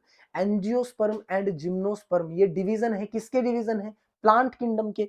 तो इसके पीछे स्पर्मे लगा है, फाइटा क्यों नहीं लगा? देखो, ये जो है, ये ओल्ड नेम है। क्या है? ओल्ड नेम है। अब एंजियोस्पर्म का न्यू नेम क्या है? मैग्नोलियोफाइटा है। क्या है? मैग्नोलियोफाइटा। तो इसके पीछे आपको फाइटा दिख रहा होगा, है ना। क्लास अगर देखें, ओप्सिडा, फाइसी, जैसे हम सोलेनेसी कहते हैं, है ना, या फिर हम ओप्सिडा, हम क्या कहते हैं, ब्रायोप्सिडा कहते हैं, या फिर एई, ये सारे सफिक्सेस हैं क्लास के। सफिक्सेस से पहले क्वेश्चन आए हुए हैं, वैसे अब तो आने के चांसेस कम है, ठीक है। और यहाँ पे देखो फिर से आया हमारे पास मैग्नोलियोप्सिडा, ये बेटा डाइकोट है, ठीक है, ये डाइकोट है, डाइकोटिलेडोने। क्लियर है। ऑर्डर की बात करें प्लांट्स में, ये मोस्टली प्लांट्स के बताए मैंने, सिर्फ ये फैमिली वाला जो है ये हाँ, ये फैमिली वाला जो है ये किसका है? ये आपका एनिमल्स के लिए है, बाकी सारे प्लांट्स के लिए है ये। तो ऑर्डर का जो सफिक्स है वो क्या आता है? एल्स, जैसे कि पोल्स है, स्पेंडल्स है, रोजेल्स है, ये सारे क्या है? ऑर्डर के सफिक्सेस हैं। फैमिली में यूज होता है एसीए एंड आईडीए। बात समझ आ रही है भाई? ठीक है। अब देखो, अगर मैं सभी टेक्सोनोमिक कैटेगरीज की बात करूं, सबसे पहले स्पीसीज से अगर हम जीनस तक जाते हैं, सॉरी किंगडम तक जाते हैं, स्पीसीज से हम कहां तक जाते हैं? किंगडम तक जाते हैं। तो this is ascending order of hierarchy, क्योंकि यहाँ पे स्पीसीज के बाद जीनस आता है, वहां पे कम ऑर्गेनिज्म है। जैसे जैसे हम किंगडम की तरफ जाते हैं तो किंगडम के अंदर नंबर ऑफ ऑर्गेनिज्म बढ़ जाते हैं, that's why it is ascending order. But जैसे जैसे हम स्पीसीज से किंगडम में जाएंगे, नंबर ऑफ सिमिलर कैरेक्टर जो है, सिमिलैरिटी जो है, वो डिक्रीज होने लगती है। क्या होने लगती है? डिक्रीज होने लगती है। एग्जांपल, जैसे कि किंगडम एनिमेलिया है, एनिमल्स के अंदर हम ह्यूमंस भी आते हैं और एनिमल्स के अंदर हाइड्रा भी आता है, लेकिन ह्यूमन और हाइड्रा में काफी सारा डिफरेंस है। यस और नो? काफी सारा डिफरेंस है। हाइड्रा तो बड़ा ही माइक्रोस्कोपिक छोटा सा ऑर्गेनिज्म होता है और हम कितने कॉम्प्लेक्स ऑर्गेनिज्म है। लेकिन वहीं अगर मैं स्पीसीज की बात करूं, तो स्पीसीज के अंदर विद इन अ स्पीसीज काफी सारी सिमिलरिटी देखने को मिलती है। जैसे मेरे अंदर और आपके अंदर, वी बोथ आर होमोसेपियंस, और हमारे अंदर 99.9% जो चीजें हैं वो सेम होती हैं। बात समझ में आ रही है आपको? यस और नो? तो स्पीसीज के अंदर जो हमारे पास क्या है, सिमिलरिटीज हैं, वो ज्यादा हैं। Species is the basic smallest या फिर लोवेस्ट टैक्सा। टैक्सा क्या होता है, इसको बड़े जबरदस्त तरीके से समझेंगे अभी। It is a group of organism with fundamental properties, with fundamental proper similarities. यहां पे लिखो सिमिलरिटीज, विद फंडामेंटल सिमिलरिटीज, ठीक है। क्लियर है भाई? हम दो स्पीसीज के मेंबर में बड़ी इजीली डिफरेंस कर सकते हैं, हमारे अंदर और डॉग के अंदर, डॉग के अंदर और कैट के अंदर, है ना, उनके अंदर हम बड़ी इजीली डिफरेंस क्रिएट कर सकते हैं। देखो, जो साइंटिस्ट थे Ernst Mayr, Ernst Mayr is the Darwin of 20th century. इनको डार्विन ऑफ 20th सेंचुरी भी कहा जाता है। इनको ट्रिपल क्राउन ऑफ बायोलॉजी मिला था भाई, ट्रिपल क्राउन ऑफ बायोलॉजी, याद रखना इस चीज को। तो अर्नस्ट मेयर क्या कहते हैं कि स्पीसीज एक ऐसे ऑर्गेनिज्म का ग्रुप होगा जो कि इंटरब्रीड कर सकते हैं और एक फर्टाइल ऑफस्प्रिंग को प्रोड्यूस कर सकते हैं, उसको हम क्या बोलेंगे? उसी को हम बोलेंगे स्पीसीज। लेकिन इसकी भी कुछ एक्सेप्शन है, जैसे कि बैक्टीरिया। अब बैक्टीरिया जो है, बैक्टीरिया तो इंटरब्रीड नहीं करता। अच्छा मेरे को ये बताओ, क्या बैक्टीरिया के अंदर सेक्सुअल रिप्रोडक्शन होता है? यस और नो? बैक्टीरिया के अंदर सेक्सुअल रिप्रोडक्शन होता है, बट बड़े ही प्रीमिटिव टाइप का सेक्सुअल रिप्रोडक्शन है। कैसा है? प्रीमिटिव टाइप का। वहां पे एक बैक्टीरिया से दूसरे बैक्टीरिया में अगर डीएनए किसी भी तरीके से ट्रांसफर हो जाए, वो उनके लिए सेक्सुअल रिप्रोडक्शन है, ठीक है। उनके अंदर हॉरिजॉन्टल डीएनए ट्रांसफर होता है, यानी कि एक बैक्टीरिया से दूसरे डीएनए में। बट अगर मैं हमारी बात करूं तो हमारे अंदर डीएनए ट्रांसफर वर्टिकली होता है, एक जनरेशन से नेक्स्ट जनरेशन के अंदर। बात समझ आई? ठीक है जी, वेरी गुड। तो बैक्टीरिया और स्टेराइल ह्यूमन कपल, ये एक्सेप्शंस हैं इस डेफिनेशन की, क्योंकि अगर कोई ह्यूमन कपल स्टेराइल है, वो इंटरब्रीड नहीं कर सकता, प्रोड्यूस नहीं कर सकता फर्टाइल ऑफस्प्रिंग को, but still they are Homo sapiens. Clear है? देन जीनस, बहुत सारी स्पीसीज को अगर एक साथ इकट्ठा कर दूं, वो क्या बन जाता है? जीनस बन जाता है। जीनस मोनोटिपिक भी हो सकता है, पॉलीटाइपिक भी हो सकता है। मोनोटाइपिक के अंदर क्या है? एक जीनस के अंदर एक ही स्पीसीज होगी, जैसे कि हमारी है homo sapiens. Homo is the genus and sapiens is the species. Clear है? वहीं पॉलीटिपिक में क्या होगा? एक से ज्यादा स्पीसीज होंगी, जैसे कि पैंथरा। पैंथरा के अंदर क्या आता है? पैंथरा टाइग्रिस, जो कि टाइगर का बायोलॉजिकल नेम है। Panthera Leo, लोयन। Panthera pardus, that is leopard. Solanum, अब सोलेनम क्या है, एक जीनस है, उसके अंदर डिफरेंट डिफरेंट स्पीसीज आ सकती हैं। Solanum tuberosum potato, solanum melongena brinjal, solanum nigrum मकोय। Then mangifera, mangifera is also a genus. Species कौन सी आ सकती हैं, इंडिका जो कि मैंगो के लिए यूज होती है, इंडियन मैंगो के लिए। ओडोराटा फ्रेग्रेंट मैंगो के लिए यूज होती है, ठीक है। देन हमारे पास आती है फैमिली। अब बहुत सारे जीनस को अगर हम देन अगेन क्या कर दें, ग्रुप टुगेदर कर दें, तो वो भी क्या हो जाएगी, एक नया टेक्सा बन जाएगा। ये सभी क्या है बेटा, ये सभी टेक्सा हैं, ऑल दीज आर टेक्सा, ठीक है। फैमिली क्या है, ग्रुप ऑफ रिलेटेड जेनेरा। हम जब भी फैमिली के अंदर किसी चीज को कैटेगराइज करते हैं तो वहां पे किसके बेसिस पे रखते हैं, based on vegetative and reproductive characters. इस चीज का ध्यान रखेंगे, जब भी प्लांट्स का क्लासिफिकेशन होगा तो वेजिटेटिव एंड रिप्रोडक्टिव कैरेक्टर्स को हम ध्यान में रखते हुए ये चीज करेंगे। सोलेनेसी, सोलेनेसी क्या है, एक फैमिली है। इसके अंदर कौन कौन से जीनस आते हैं, सोलेनम, पिट्यूनिया एंड दतूरा। ये देखो सोलेनम क्या है, एक जीनस हमने अभी पढ़ा है, ये सोलेनेसी फैमिली के अंदर इसको रखा जाता है। Then Felidae, Felidae cat family, इसके अंदर पैंथरा भी आता है, जिसके अंदर पैंथरा टाइग्रिस लियोपार्डस तीनों आए। And Panthera sorry and Felidae के अंदर फेलिस भी आता है। फेलिस के अंदर क्या है भाई, जितनी भी कैट्स हैं वो सारी आ गई। देन हमारे पास आता है order, order is a group of related family. जो फैमिलीज के कैरेक्टर्स हमें एक साथ रखने हैं उनमें अंदर क्या देते हैं हम, अगेन ऑब्जर्वेबल कैरेक्टर्स। ये देखो यहाँ पे एग्रीगेशन ऑफ कैरेक्टर्स होता है, ये पहली बार वर्ड आया है एग्रीगेशन ऑफ कैरेक्टर्स, यानी कि एक फैमिली ये है, एक फैमिली ये है, इन दोनों के अंदर हमें कुछ डिफरेंसेस देखने को मिलेंगे, अलग अलग कैरेक्टर्स देखने को मिलेंगे। बट जब हम उनको एक ऑर्डर के अंदर रखेंगे तो वहां पे हम एग्रीगेशन कर रहे हैं कैरेक्टर्स का। इस फैमिली के अलग कैरेक्टर थे, इसके थोड़े अलग कैरेक्टर थे, हालांकि उनमें कुछ सिमिलरिटीज भी थी लेकिन कुछ डिफरेंस कैरेक्टर्स के अंदर भी था। तो उनको अंदर जब हम एक साथ रखेंगे तो यहाँ पे हमारा क्या होगा, एग्रीगेशन ऑफ कैरेक्टर्स देखने को मिलेगा। एग्जांपल्स की अगर बात करें तो देखो पोलिमोनियल्स, पोलिमोनियल्स में कौन कौन सी फैमिली आ गई, सोलेनेसी आ गई एंड कॉन्वोवलेसी आ गई। देन हमारे पास कार्निवोरा, कार्निवोरा के अंदर फैलिडे एंड कैनिडे दोनों आ गए। Felidae is the cat family and canidae is the dog family. Canidae मतलब क्यों, क्योंकि इनके पास बेटा कनाइंस होते हैं। क्या होते हैं, कनाइंस, तीखे दांत देखे ना आपने डॉग के, तो वो। देन हमारे पास आता है क्लास, क्लास अगेन हम ऑर्डर्स को ग्रुप टुगेदर कर देंगे, क्लास बना लेंगे। जैसे कि एग्जांपल है मैमलिया, मैमलिया के अंदर क्या है, मेमोरी ग्लैंड्स मिलेंगी। अब इसके अंदर कौन कौन आएंगे, प्रीमाटा आएंगे जैसे कि monkey, gorilla, gibbon. Non primate आएंगे जैसे कि हम हैं, है ना, सॉरी हम तो प्राइमेट्स हैं। नॉन प्राइमेट्स जैसे कि काऊ है, बफेलो है, ये सारे नॉन प्राइमेट्स होते हैं। Carnivora, Carnivora tiger, cat, dog, क्योंकि ये सब मैमल्स हैं तो मैमलिया क्लास के अंदर इनको रख दिया गया है। देन डाइकोट, डाइकोट भी हमारे पास क्या होती है, एक क्लास होती है जिसके अंदर पोलीमेनल्स एंड सेपेंडल्स आते हैं। यहाँ पे भी देखो एल से लास्ट के अंदर, बिकॉज दे आर ऑर्डर्स, है ना, ये ऑर्डर्स हैं, ये क्लास है आपकी।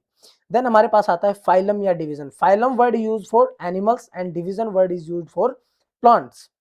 तो फाइलम या डिवीजन के अंदर क्या आता है, ग्रुप ऑफ रिलेटेड क्लासेस, ठीक है। यहाँ पे क्या आता है, group of related classes, classes जैसे कि कोरडाटा है, कोरडाटा के अंदर हम reptiles, amphibian, mammal, Aves and Pisces यानी कि फिशेस को रख देते हैं। अब कोरडाटा हम किसको बोलते हैं, जिसके अंदर लाइफ की किसी ना किसी स्टेज में कभी ना कभी नोटोकोड रही होगी, उसको हम क्या बोलते हैं, कोरडाटा बोलते हैं। फिर हमारे पास आता है एंजियोस्पर्मे, एंजियोस्पर्मे में क्या है, डाइकोट एंड मोनोकोट आते हैं। क्लियर है भाई बात। देन किंगडम आता है, किंगडम क्या है, kingdom is the highest category, ठीक है।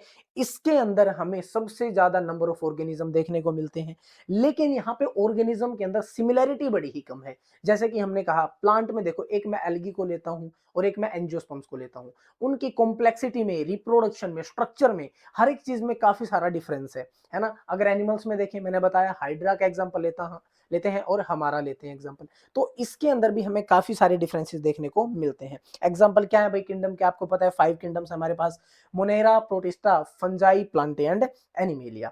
बात समझ में आ रही है। एनसीईआरटी ने भाई आपके ये दिए हैं, ये आपको याद रखने ही रखने हैं, जो मैंने ऊपर लिखा है वो भी याद रखने हैं आपको। जैसे कि सबसे पहला हमारे पास क्या आता है, मैन, अगर मैन का कॉमन नेम देखें तो भाई मैन ही है। बायोलॉजिकल नेम क्या है, होमोसेपियंस, क्या है, Homo sapiens. Genus is the homo and family Hominidae. Order क्या है, प्रीमाटा, हम मैंने अभी बताया हम प्राइमेट्स होते हैं।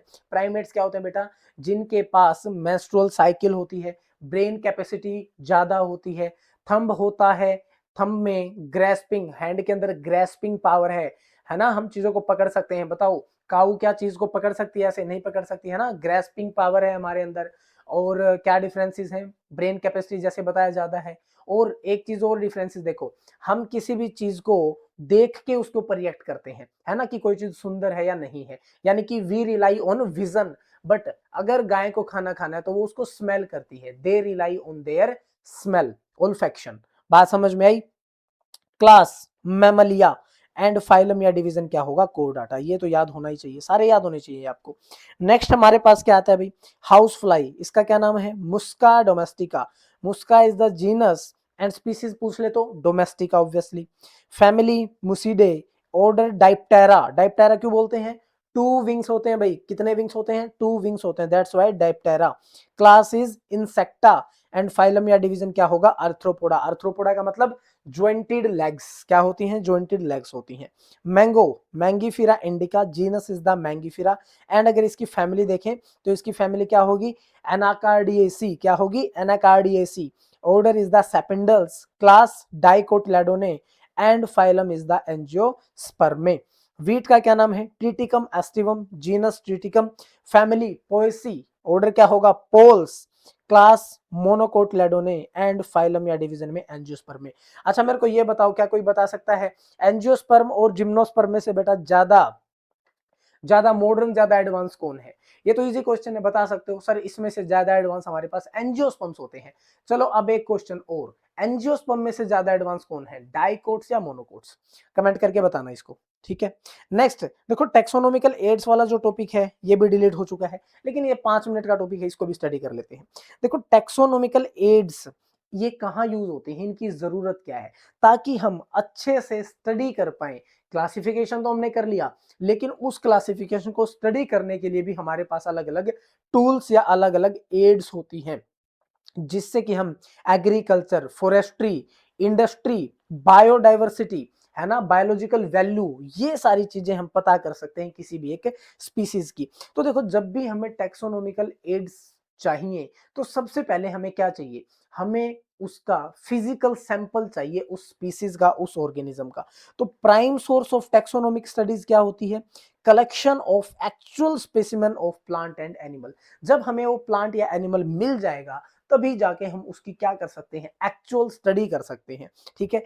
And it is also important for training in systematics. देखो सिस्टमैटिक्स में क्या हमने बताया, टेक्सोनोमी एंड फाइलोजेनेटिक रिलेशनशिप। जब हम उस किसी भी ऑर्गेनिज्म का फिजिकल सैंपल हमारे पास होगा तभी हम उसको कैरेक्टराइज कर पाएंगे, है ना, तभी हम उसको इवोल्यूशनरी तरीके से रिलेट कर पाएंगे। बात समझ आ रही है या नहीं आ रही, ठीक है जी। तो टेक्सोनोमिकल एड्स में हमारे पास अलग अलग होते हैं, herbarium, museum, botanical garden and zoological park. देखो हर्बेरियम के अंदर और म्यूजियम के अंदर हम क्या करते हैं, प्रिजर्वेशन करते हैं, है ना, यहां पे क्या होता है, प्रिजर्वेशन। बोटेनिकल गार्डन में प्लांट्स का और जूलॉजिकल पार्क में एनिमल्स का कंजर्वेशन होता है। प्रिजर्वेशन और कंजर्वेशन में क्या भाई, प्रिजर्वेशन किसका होता है, जो डेड हो चुके हैं, ठीक है, उनका प्रिजर्वेशन। कंजर्वेशन में उनको बचा के रखा जाता है उनके नेचुरल हैबिटेट में। तो यहाँ पे जो हमें एक्चुअल सैंपल्स देखने को मिलते हैं, एक्चुअल सैंपल्स देखने को मिलते हैं। अगर मैं की बात करूं, अभी इसके बारे में पढ़ेंगे, की इज एनालिटिकल इन नेचर, यानी कि ये कहीं पे लिखी नहीं गई है, कोई एक्चुअल में फिजिकल चीज नहीं है। की जस्ट क्या है, अभी देखिए, चलो इसके बारे में बात करेंगे। Flora manual, catalogue and monographs, these are books. Books के थ्रू भी हम टैक्सोनॉमी को स्टडी कर सकते हैं। अभी देखेंगे कैसे। देखो सबसे पहले अगर मैं हर्बेरियम की बात करूं, herbarium is quick referral system. क्या है, क्विक रेफरल सिस्टम। हम तुरंत देख के ये बता सकते हैं, मान लो मेरे को कोई स्पीसीज मिल गई, है ना, अब मेरे को उसको क्या करना है, आइडेंटिफाई करना है, तो मैं तुरंत हर्बेरियम निकालूंगा और देखूंगा ये किससे मैच करता है। तो it is a quick referral system. अच्छा इसको एक रिपोजिटरी की तरह भी यूज किया जाता है, स्टोरेज की तरह भी यूज किया जाता है, कि हम इंफॉर्मेशन को स्टोर करके रख सकते हैं। बात आई समझ में। यहाँ पे क्या किया जाएगा, प्लांट को लिया जाएगा, उसको ड्राई किया जाएगा सनलाइट के अंदर या किसी और मेथड से, उसको पेपर के ऊपर प्रेस किया जाएगा, देन उसके अंदर मर्क्यूरिक क्लोराइड डाला जाएगा ताकि उसके अंदर कोई माइक्रोबियल एक्टिविटी ना हो, देन उसको प्रिजर्व कर दिया जाएगा, उसके ऊपर टेप या लेमिनेट उसको कर दिया जाएगा। जो हर्बेरियम शीट है, देखो इस टाइप की हर्बेरियम शीट होती है, ये स्पेसिमेन को प्रिजर्व कर दिया हमने, इसका साइज कितना है 11.5 टू 16.5 इंचेस। इसके ऊपर date of collection, place of collection, English name, local name, botanical name, family and collectors name, ये सारी चीजें यहाँ पे मेंशन की जाती हैं। बात समझ में आई भाई? ठीक है। देन आता है हमारे पास बोटेनिकल गार्डन। बोटेनिकल गार्डन क्या है? एक्स सीटू कंजर्वेशन का एक टाइप है। देखो एक होता है इन सीटू कंजर्वेशन, एक होता है ex situ conservation. In situ क्या है कि जहां पे ऑर्गेनिज्म प्रेजेंट है वहीं पे उसको कंजर्व किया जाए। एक्स सीटू का क्या मतलब है कि उस ऑर्गेनिज्म को उसके नेचुरल हैबिटेट से बाहर निकाल के कंजर्व किया जाए, लेकिन उसके नेचुरल हैबिटेट जैसी कंडीशंस के अंदर। ये होता है एक्स सीटू कंजर्वेशन। ये क्या होते हैं? स्पेशल गार्डन्स होते हैं जिनके अंदर लिविंग प्लांट्स रखे जाते हैं, वहां पे उनका बोटेनिकल नेम होगा और वहां पे उसके साथ उसकी फैमिली को भी क्या किया जाएगा? लेबल कर दिया जाएगा। ये किसके लिए यूज किया जाता है? आइडेंटिफिकेशन ऑफ प्लांट्स के अंदर। यहाँ पे एंडेमिक स्पीसीज भी हो सकती हैं और एक्सोटिक भी, यानी कि लोकल स्पीसीज भी मिलेंगी और एक्सोटिक स्पीसीज भी देखने को मिलती हैं। एग्जांपल है रॉयल बोटेनिकल गार्डन के, जैसे रॉयल बोटेनिकल गार्डन जो कि कहाँ है? क्यू में, इंग्लैंड में। ठीक है, ये लंदन के अंदर सबसे बड़ा बोटेनिकल गार्डन है। Indian botanical garden in Howrah, NBRI, national botanical research institute कहाँ है? ये लखनऊ के अंदर। These are examples of botanical garden. Then हमारे पास म्यूजियम। म्यूजियम के अंदर क्या करते हैं हम? प्लांट्स और एनिमल्स को प्रिजर्व करते हैं। स्कूल में, कॉलेज में भी देखने को मिल सकते हैं, है ना? अच्छा, यहाँ पे देखो क्या किया जाता है, आपने देखा होगा म्यूजियम में किसी भी एनिमल को एक सॉल्यूशन के अंदर, एक लिक्विड सॉल्यूशन के अंदर रखा जाता है। वो सॉल्यूशन कौन सा है? फॉर्मेल्डिहाइड सॉल्यूशन है। क्या है? फॉर्मेल्डिहाइड। देखो अगर मैं एनिमल्स की बात करूं तो उनकी मोस्टली जितनी भी बॉडी है उसके अंदर प्रोटीन का बहुत ज्यादा इंपॉर्टेंस है। मेट भी वो स्किन हो, हेयर हो, मसल्स हो, काफी सारी चीज किससे बनी है? प्रोटीन से। तो फॉर्मेल्डिहाइड क्या करता है? उस प्रोटीन को डीनेचर होने से बचाता है, जिसकी वजह से वो एनिमल, वो ऑर्गेनिज्म, वो स्पीसीज प्रिजर्व हो जाती है। बात समझ में आया भाई? ठीक है। यहाँ पे अगर कई बार इंसेक्ट बॉक्स होता है, एक इंसेक्ट बॉक्स के अंदर काफी सारे इंसेक्ट्स होते हैं, इंसेक्ट को पकड़ा जाता है, मारा जाता है और पिन के साथ उनको इंसेक्ट बॉक्स के अंदर लगा दिया जाता है। लार्ज एनिमल्स के अंदर क्या की जाती है? स्टफिंग। स्टफिंग क्या होती है? लार्ज एनिमल्स के इंटरनल ऑर्गन्स को बाहर निकाल दिया जाता है, उसके बाद उसके अंदर फोम या फिर कॉटन भर के उसको प्रिजर्व कर दिया जाता है।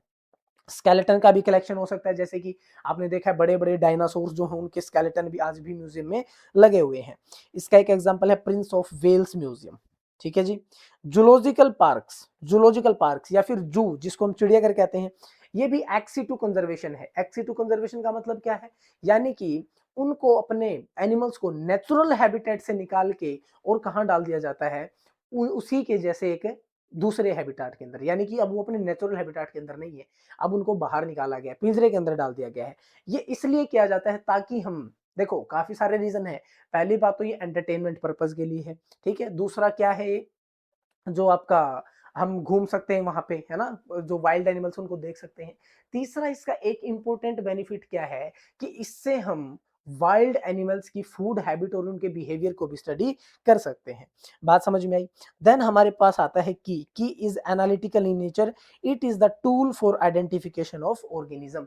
ये किसके ऊपर बेस होता है कि ऑर्गेनिज्म, मान लो दो ऑर्गेनिज्म है ना, उनके अंदर क्या सिमिलरिटीज है, क्या डिसिमिलरिटीज है। मान लो मेरे को कोई स्पीसीज मिली, तो वहां पे मैं दो स्टेटमेंट दूंगा। पहली स्टेटमेंट क्या होगी? External ear is present. Second statement क्या होगी? External ear is absent. ये जो मैंने दो स्टेटमेंट दी है इसको हम बोलते हैं कपलेट। क्या बोलते हैं? कपलेट। और इसकी हर एक स्टेटमेंट को बोलते हैं एक लीड। क्या बोलते हैं? एक लीड बोलते हैं। बात समझ में आई? अब वो जो ऑर्गेनिज्म मेरे को मिला है, मैंने बोला एक्सटर्नल ईयर इज प्रेजेंट, मैंने उसको चूज किया, मतलब ये कहीं ना कहीं मैमल से रिलेटेड होगा। तो इस तरीके से मैं काफी सारे क्या करूंगा, क्या काफी सारी कपलेट और लीड का यूज करके टेक्सोनोमी उसकी मैं कर सकता हूं। दूसरा एक चीज और याद रखनी पड़ेगी। देखो टेक्सोनोमी के अंदर क्या है? टेक्सोनोमी में हमारे पास अलग अलग स्टेप्स हैं, काफी सारे स्पीसीज है, जीनस है, फैमिली है, ऑर्डर है। तो हर एक अलग स्टेप के लिए हमारे पास अलग की भी होंगी। बात समझ में आ रही है? तो इस चीज को भी याद रखना है। देखो ये रहा, separate taxonomic keys are required for each taxonomic category. Then हमारे पास आता है फ्लोरा। फ्लोरा क्या है? अगर हम एक पर्टिकुलर एरिया में डिटेल्ड इंफॉर्मेशन दे किसी भी प्लांट की detailed information, habitat, distribution, name, index, यानी कि कितने कितने प्लांट है इसके अंदर, कौन कौन से प्लांट है इस एरिया के अंदर, वो सारा फ्लोरा। मैनुअल, मैनुअल के अंदर क्या आता है? किसी भी गिवन एरिया में किसी भी प्लांट को आइडेंटिफाई करना है, वहां पे हमने डिटेल्ड इंफॉर्मेशन नहीं दी, हमें जस्ट उसको आइडेंटिफाई करना है, तो उसको हम मैनुअल के थ्रू कर देते हैं। मोनोग्राफ, मोनोग्राफ में किसी भी एक सिंगल टेक्शन की पूरी इंफॉर्मेशन होगी, ठीक है, किसी भी एक सिंगल टेक्शन की, वो किसी स्पीसीज की, किसी फैमिली की हो सकती है। नेक्स्ट हमारे पास आता है कैटालॉग। कैटालॉग क्या है? एक लिस्ट होती है स्पीसीज की, एक बहुत बड़ी लिस्ट है जिसके अंदर हम काफी सारी स्पीसीज को आइडेंटिफाई कर सकते हैं। कई बार थोड़ी थोड़ी इंफॉर्मेशन भी वहां पे दे दी जाती है। बात समझ में आई हुई आप सभी को? बोलो फटाफट, बात समझ आई या नहीं आई? क्लियर है? ठीक है। हाँ, अब हमारे पास मैंने कहा था हम टेक्सा को देखेंगे कि टेक्सा क्या है। देखो सिंपल, टेक्सा को समझने का क्या तरीका है? टेक्सा को समझने का सिंपल एक ही तरीका है, मैं आपको कोई भी वर्ड बोल दूं और आपके दिमाग में उसके फीचर्स घूमने लग जाएं, वो टेक्सा है। जैसे कि मैंने बोला ह्यूमंस, ह्यूमंस के जैसे ही मैंने ह्यूमंस बोला, आपके दिमाग में क्या घूमने लग गया? दो हाथ, दो पैर, है ना, दो आंखें होती हैं, दो कान होते हैं, ये सारे फीचर आने लगे, वो एक टेक्सा है। मैंने कहा मैमल्स, मैमल्स भी क्या है भाई? उनकी मेमोरी ग्लैंड होती है, बॉडी पे हेयर्स होते हैं, वो भी क्या है? एक टेक्सा है। अगर मैं बात करूं आपको कैनिडे, कैनिडे क्या है? डॉग फैमिली है, वहां पे आपको कैनाइन टिथ देखने को मिलते हैं, तो वो भी क्या है? एक टेक्सा है। जब मैं आपको बोलता हूं वीट, तो आपके दिमाग में तुरंत वीट का ख्याल आता है, ना कि राइस का, है ना। और जब राइस बोलता हूं तो आपको पता है राइस व्हाइट कलर के होते हैं, उनको कैसे पकाया जाता है, कैसा टेस्ट होता है, ये सारी चीजें आपके दिमाग में घूमने लग जाती हैं। जब मैं डॉग का नाम लेता हूं, आपके दिमाग में डॉग की फोटो छपती है। कैट का नाम लेता हूं, कैट की फोटो छपती है। एनसीईआरटी में एक वर्ड दिया है एल्सेटियंस, एल्सेटियंस क्या है? डॉग की ही एक वेराइटी होती है, एक ब्रीड होती है। तो देखो ये जितने भी वर्ड हैं ये सारे क्या हैं? टेक्सा हैं, बट डिफरेंट डिफरेंट लेवल पे हैं। किस पे हैं? डिफरेंट डिफरेंट लेवल पे होते हैं। जैसे कि देखो डॉग, कैट, वीट, है ना, सॉरी ये रहा दो, वीट, मेज एंड राइस, ये सभी की सभी क्या है भाई? स्पीसीज है। क्या है? Species. So they are same taxa at same level. मतलब क्या है? सेम टेक्सा, सभी स्पीसीज है सेम लेवल पे, स्पीसीज के लेवल पे। Dog, bryopsida and poales. Dog क्या है? एक स्पीसीज है। ब्रायोप्सिडा क्या होता है भाई? ब्रायोप्सिडा क्या है? Bryopsida is, sorry, bryopsida is class and poales क्या है? ऑर्डर है। ये तीनों के तीनों भी टेक्सा हैं, बट डिफरेंट लेवल पे। डॉग स्पीसीज लेवल पे, ब्रायोप्सिडा क्लास लेवल पे एंड पोल्स ऑर्डर लेवल पे। सो दे आर डिफरेंट लेवल पे है। सोलेनेसी क्या है भाई? Family, Poaceae family, Liliaceae family, ये भी सेम लेवल पे, लेकिन सभी के सभी क्या है? टेक्सा है। बात समझ में आई? तो ये आज जो है आपका चैप्टर कंप्लीट होता है बहुत अच्छे से। कोई भी एनसीईआरटी की लाइन हमने नहीं छोड़ी है, सभी के सभी यहाँ पे कंप्लीट हो चुका है। आप एनसीईआरटी को स्टडी करना, ठीक है, आपको समझ में आएगा, कुछ नहीं बचा। अब कल हम बायोलॉजिकल क्लासिफिकेशन करने वाले हैं इसी तरीके से। थोड़ा सा आपको ध्यान देना पड़ेगा, थोड़ी सी ये रैपिड रिवीजन सीरीज रहेगी हमारी, लेकिन यहाँ से हमारे सारे क्वेश्चन बन जाएंगे, कोई भी क्वेश्चन नहीं बचेगा। ठीक है, आज के लिए इतना ही, मिलते हैं नेक्स्ट क्लास में।